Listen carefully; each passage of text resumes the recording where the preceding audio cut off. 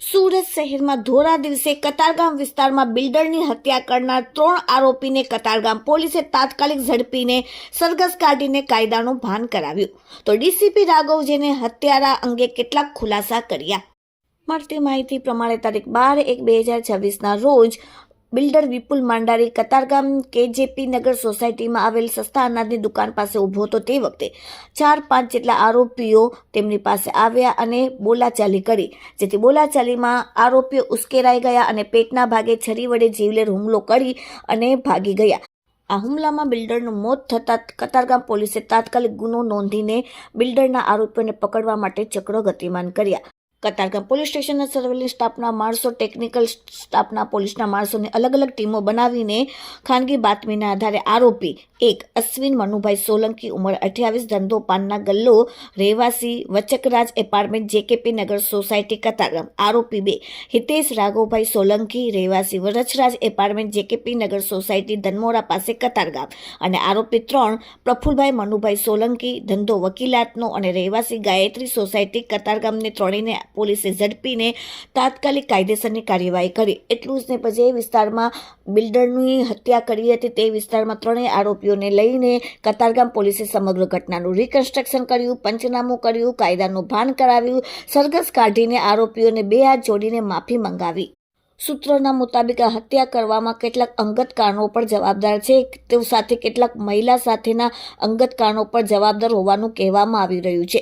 પરંતુ હાલ સમગ્ર મામલે પોલીસે કહ્યું કે તપાસ કર્યા પછી જ સાચી હકીકત શું છે તે બહાર આવશે.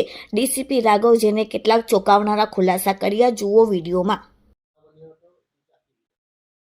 कल 12 जनवरी 2025 को कतारगाम पुलिस स्टेशन विस्तार में मर्डर का बनाव हुआ है। तो बनाव ऐसा है कि जो विक्टिम है, जिनका डेथ हुआ है, उनका नाम है विपुल भाई रावजी भाई मांडानी। उनकी उम्र 40 वर्ष है। वो कंस्ट्रक्शन का काम करते हैं और योगी चौक बरासा के रहने वाले थे। तो जो जितने भी आरोपी हैं, ये जो हमारे विक्टिम है, उनके साथ उनका पहले से जान पहचान था और पहले भी उनसे मुलाकात हुई चुकी थी। बट कुछ आर्थिक और अंगत कारणों से थोड़ा बहुत बनाव उनके आपस में चल रहा था, जिस कारण जो विक्टिम है, वो जो आरोपी हैं, उनसे धनमोरा 4 रास्ता के पास जेकेपी नगर जाम की जगह है, लगभग 3 बजे के आसपास मिलने गए। वहाँ पे उनकी आपस में बोलाचाली हुई और जो आरोपी हैं उन्होंने उस समय और जो विक्टिम है उसको पेट पर चाकू से वार किया। तो विक्टिम को उसी वक्त 108 मार्फत सिविल हॉस्पिटल में ले जाया गया, जहाँ उन्हें मृत जाहिर कर दिया गया था। जैसे ही पुलिस को इसके बारे में पता लगा तो उन्होंने अपनी कार्रवाई शुरू कर दी और कुछ ही घंटों में जितने 3 आरोपी हैं उनको अरेस्ट कर लिया गया। जो अरेस्टेड आरोपी हैं उनके नाम इस प्रकार हैं। पहला अश्विन सोलंकी, 28 वर्ष की उम्र है और वो पान गल्ले का काम करता है और जेकेपी नगर कतरगाम का रहने वाला है। दूसरा आरोपी जो है वो है हितेश राघव भाई सोलंकी, वो वचराज अपार्टमेंट जेकेपी नगर कतरगाम का रहने वाला है। जो तीसरे आरोपी हैं वो है प्रफुल भाई मनु भाई सोलंकी, वो गायत्री सोसाइटी कतरगाम के रहने वाले हैं। ये जितने भी आरोपी पकड़े गए हैं और इसके अलावा भी हमें जांच के दौरान पता लगा कि इसमें और भी आरोपी हैं जो इस पूरी घटना में शामिल हैं। तो उनको भी ढूंढने की पूरी कोशिश की जा रही है, जल्द से जल्द पकड़ा जाएगा। ये पूरी एफआईआर में जो सेक्शन दर्ज हुए हैं वो भारतीय न्याय संहिता 103(2), 189(2), 189(4), सेक्शन 191 और 54 और साथ ही साथ GP Gujarat police act section 135 में एफआईआर दर्ज की गई है। फिलहाल आगे की तपास हमारी चल रही है और बाकी जितने बचे आरोपी उनको जल्द से जल्द सर, आर्थिक लेन-देन थी तो किस प्रकार की आर्थिक लेन-देन थी और अंगत बनाव था तो क्या अंगत बनाव था उनके साथ? अभी फिलहाल जो कंफर्म रीज़न है वो हमें नहीं पता लगा, क्योंकि जब बचे हुए आरोपी है, जब उनको पकड़ लेंगे तो हमें एग्जैक्ट रीज़न पता लग जाएगा और जैसे ही हमें पता लगेगा सर, प्राथमिक तपास में ऐसा जानने को मिला है कि अनैतिक संबंध के कारण ये जो वारदात को अंजाम दिया गया है। जी, हमें जितनी हमने तपास की है उसमें ये एंगल भी आया है, लेकिन जब तक जो आरोपी हैं हमारे, जो सस्पेक्टेड हैं एक अजय नाम के, तो जब तक हम उनको अरेस्ट नहीं कर लेते, उनको पकड़ नहीं लेंगे, उनको जब हम क्वेश्चन आंसरिंग नहीं करेंगे, तभी हमें एग्जैक्ट रीज़न पता लगेगा कि एग्जैक्टली कारण क्या थे, आर्थिक थे या अंगत कारण थे। तो उसके बाद ही हम कंफर्म स्टेटमेंट दे पाएंगे।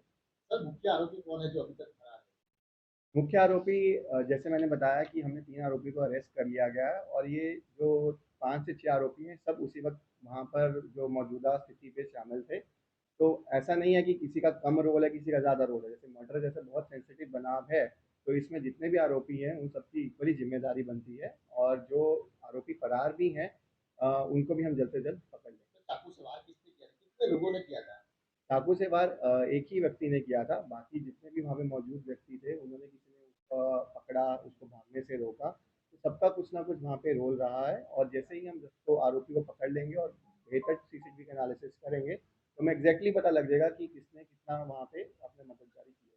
वार करने वाला का नाम क्या है? और सीसीटीवी की आप बात कर रहे थे, डीवीआर छुपाने की भी बात सामने आई है। हाँ, जो आरोपी हैं उन्होंने जब ये बनाव बना उसके बाद कोशिश की थी डीवीआर छुपाने की, बट जो लोकल पुलिस है उसने बहुत ही अच्छा काम किया, वहाँ तुरंत मौके पर स्थान पे पहुंची और इंश्योर किया जो डीवीआर की कस्टडी है वो जल्द से जल्द पुलिस के हाथ में आए, ताकि जो बहुत ही हमारे एविडेंसेस हैं सेंसिटिव वो हमारे को मिल सके। हफ्ते से पहले क्या इन लोगों ने पूरा प्लान पहले से तय किया? जी नहीं, जैसे मैंने बताया कि इनकी पहले से भी मुलाकात होती थी, तो इनका रेगुलरली मिलना-जुलना था। तो जैसे इनके बनाव थे उसी के मद्देनज़र उनको चर्चा के लिए बुलाया होगा, क्योंकि हमें जो हमारे रिकॉर्ड में पता लगा है कि जो विक्टिम है उन्होंने सामने वाली पार्टी से कॉन्टैक्ट भी किया है।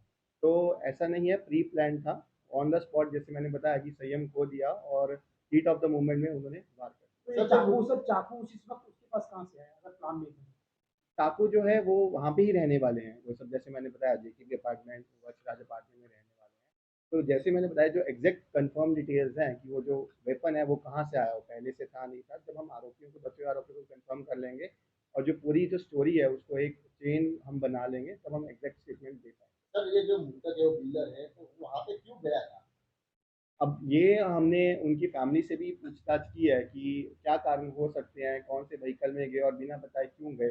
तो फैमिली को भी इसके बारे में नहीं पता है कि वहाँ उनके जाने का एग्जैक्ट कारण क्या था। हमने जो आरोपी अरेस्ट किए हैं उनसे भी हमारे को क्लैरिटी नहीं मिली है। तो जैसे मैंने बताया कि थोड़े से उनके आपस में बनाव थे आर्थिक और अंगत कारणों से। तो जो आरोपी हम पकड़ लेंगे उसके बाद हमें पता लगेगा कि बुलाने का कारण क्यों था। जैसे मैंने बताया कि उन्होंने सामने वाली पार्टी को खुद से पहले कॉन्टैक्ट भी किया था। तो ऐसा नहीं है कि वो एकदम से वहाँ गए, तो कुछ ना कुछ उनके आपस में पहले से ही बातचीत चल रही थी, तो शायद उसी के मद्देनज़र उन्होंने वहाँ पे मुलाकात करने का सोचा होगा और ये उसी दौरान ये हादसा हुआ। सर, किसी महिला को लेकर ये झगड़ा हुआ था और उसी वजह से उसको मारा गया था? जैसे मैंने बताया कि ये एक एंगल हमें दिया गया है, तो हम इसको भी एक्सप्लोर कर रहे हैं, बट सिंस ये बहुत ही सेंसिटिव मैटर है, जब तक ये कंफर्मेशन नहीं होता है तो हम ऑफिशियल दूसरा आरोपी इससे कौन है और जो रंजीत किसके साथ सीधे संपर्क है?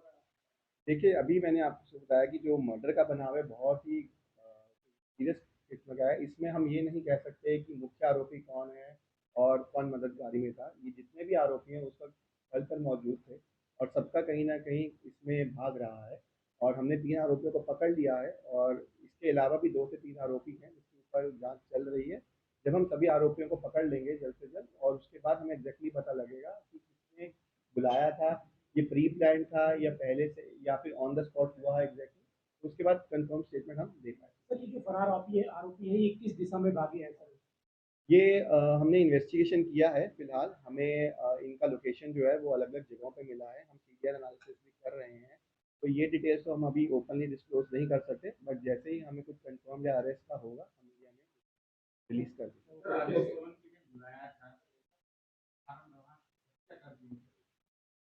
इनके आपस में पहले से ही मनमुटाव चल रहे थे, जैसे मैंने पहले भी एक्सप्लेन किया। अब वो आर्थिक कारणों से, अंगत कारणों से कहीं महिला को लेकर था, तो ये जो बचे हुए आरोपी हैं, जब वे अरेस्ट हो जाएँगे, उसके बाद ही एग्ज़ैक्टली पता लगेगा कि क्या हो सकता है, क्योंकि जो विक्टिम है, उनकी फैमिली को भी इसके बारे में कुछ नहीं पता है। हमने उनसे भी पूछने की कोशिश की है।